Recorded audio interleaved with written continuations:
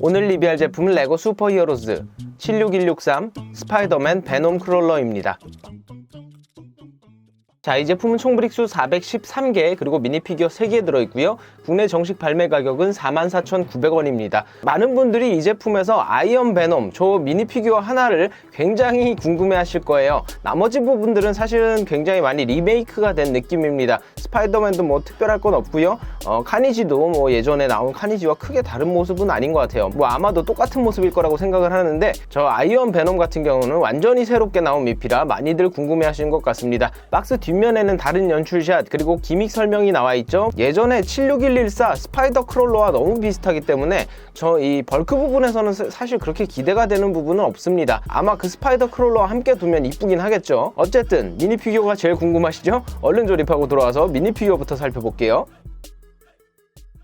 자, 이렇게 미니피규어 3개가 나왔습니다. 맨 왼쪽이 스파이더맨, 가운데가 카니지, 맨 오른쪽이 아이언 베놈입니다. 가까이에서 한번 살펴볼게요. 자, 먼저 스파이더맨, 최근 들어서 너무 재탕이 많아요. 모든 거의 한 1년 사이에 나온 모든 스파이더맨이 다 똑같은 모습입니다. 그래서 이렇게 간단히 앞모습 그리고 뒷모습만 이렇게 보여드리고 바로 넘어가도록 할게요. 자, 그 다음은 카니지입니다. 카니지 같은 경우는 제가 기억이 잘 안 나요. 제가 어디다 박스에다 넣어서 지금 넣어놔가지고 이게 비교가 안 되는데, 다 꺼내려면 또 한번 얘를 뒤집어 엎어야 돼가지고 꺼내지 못했는데, 제 기억으로는 얼굴에 이 검은색이 없었던 것 같거든요. 입 모양이 좀 달라요. 네, 그런 걸로 기억하는데 정확하진 않습니다. 나중에 한번 찾아서 비교를 한번 해보도록 할게요.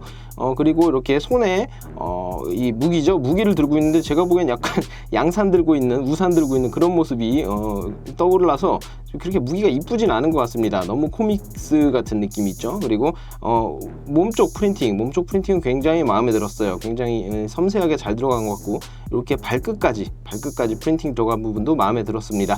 등 쪽 보시면 등 쪽도 뒤통수까지 다 프린팅이 아주 잘 들어가 있는 거 보이시죠? 개인적으로는 이거는 스파이더맨보다 훨씬 나은 것 같네요. 자, 이제 아이언 베놈입니다. 요것 때문에 구매를 할까 말까 고민하시는 분들이 많으실 텐데, 퀄리티는 아주 좋아요. 제가 보기에는 꽤 괜찮은데, 요거 헬멧 앞부분 안 열리는 거, 요거 좀 마음에 안 듭니다. 요것만 열렸으면 좀 더 편하게 이렇게 볼 수 있었을 텐데, 요게 안 열리는 거. 근데 아마 이게 열렸으면 이게 프린팅이 이렇게 섬세하게는 못 들어갔을 것 같아요. 일단 의상 부분 프린팅 괜찮고요. 뭐 얼굴도 프린팅이 아주 잘 들어갔습니다. 그리고 등짝도 이렇게 프린팅 반쯤 이렇게 변한 모습으로 들어가 있는데, 의외로 또 얼굴은 그냥 토니 스타크의 얼굴이에요. 그래서 한쪽은 헤드업 디스플레이 이렇게 들어가 있고요. 반대쪽 얼굴은 이렇게 멀쩡한 토니의 얼굴이 들어가 있습니다. 근데 이렇게 이 얼굴도 좀 약간 베놈으로 변한 모습으로 프린팅 해줬으면 더 재밌었을 것 같은데, 왜 이렇게 나왔는지 모르겠지만 수트 자체의 퀄리티는 괜찮은 것 같습니다. 자, 이제 벌크 한번 살펴보도록 하겠습니다. 자, 이렇게 두 가지 벌크가 나왔습니다. 왼쪽은 이제 스파이더맨의 차량, 굉장히 좀 약간 조그맣죠?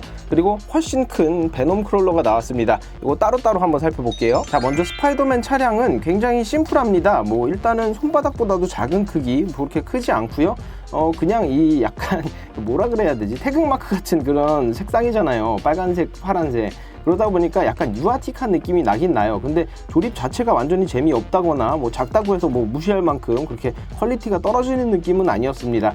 대신 이제 이 형태 자체가 그렇게 복잡하진 않기 때문에 뭐 따로 설명드릴 건 없고요. 옆쪽에 이렇게 슈터가 달려 있어서 발사되는 부분, 그리고 뭐 다른 거는 설명드릴 게 없어요. 그래도 나름대로 조립하는 방식도 재밌었고요.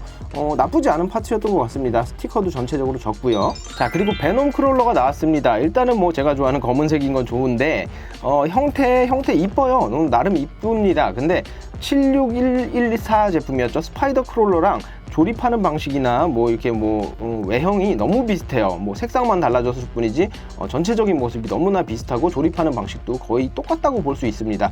일단은 이렇게 보시면 여기 이거 무슨 브릭이라고 하는지 모르겠는데, 이 브릭을 이용해서 밑에 바퀴가 달려 있죠. 바퀴가 달려 있어서 요게 움직이면 이 브릭이 움직이면서 다리가 와다다다다다다다다다 움직이는 것처럼 되는 거, 요것도 같은 방식이고요. 똑같은 방식이에요. 그리고 뭐 얼굴 부분 이렇게 붙여주는 거, 그런 부분도 똑같고 뒤에 꼬랑지에 이렇게 슈터 달려있는 것까지 다 똑같습니다.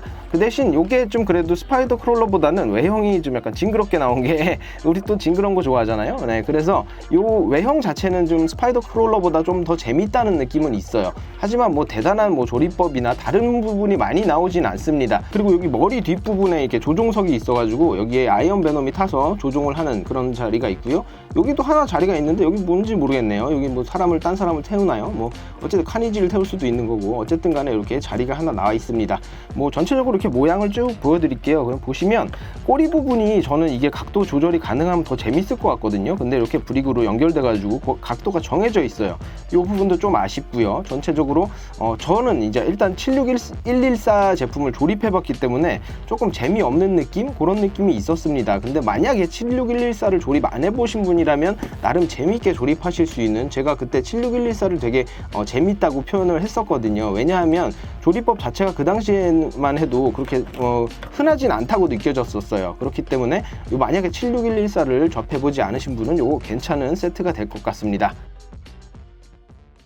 자, 이 제품 총 브릭수 413개 그리고 미니피규어 3개가 들어있고요. 국내 정식 발매 가격은 44,900원입니다. 얼마 전에 보여드렸던 블랙 위도우에 비해서 브릭수가 상당히 많죠. 그런데 뭐 브릭수가 많다고 해서 이게 막 가성비가 좋은 제품이에요 라고 말씀드리기엔 좀 애매해요. 일단은 MCU 기반이 아니기 때문에 이게 약간은 좀 더 유아틱한 느낌? 그런 게 있습니다, 분명히. 그런데 저 크롤러 자체의 퀄리티가 낮지는 않아요. 제가 아까 말씀드린 것처럼 76114를 조립 안 해보신 분들에게는 재밌는 조립법 그리고 재밌는 기믹이 될 수 있습니다. 보신 것처럼 미니피규어 퀄리티도 나쁘지 않죠. 뭐 스파이더맨은 계속 재탕이 되고 있어서 좀 아쉬움이 남지만 아이언 베놈이나 카니지 같은 경우는 저 개인적으로는 마음에 드는 퀄리티였습니다. 그런데 전체적인 퀄리티로 봤을 때 나쁘지 않다고 말씀드렸지만 요거 좀 사기 되게 애매하다는 느낌이 많이 들어요. 76114가 있으신 분들은 안 사시고 그냥 뭐 원하시는 미니 피규어만 따로 구매하시는 게 나을 것 같고요. 만약에 마블에 관심이 있고 사보고 싶은데 76114가 없다 하시는 분들은 사셔도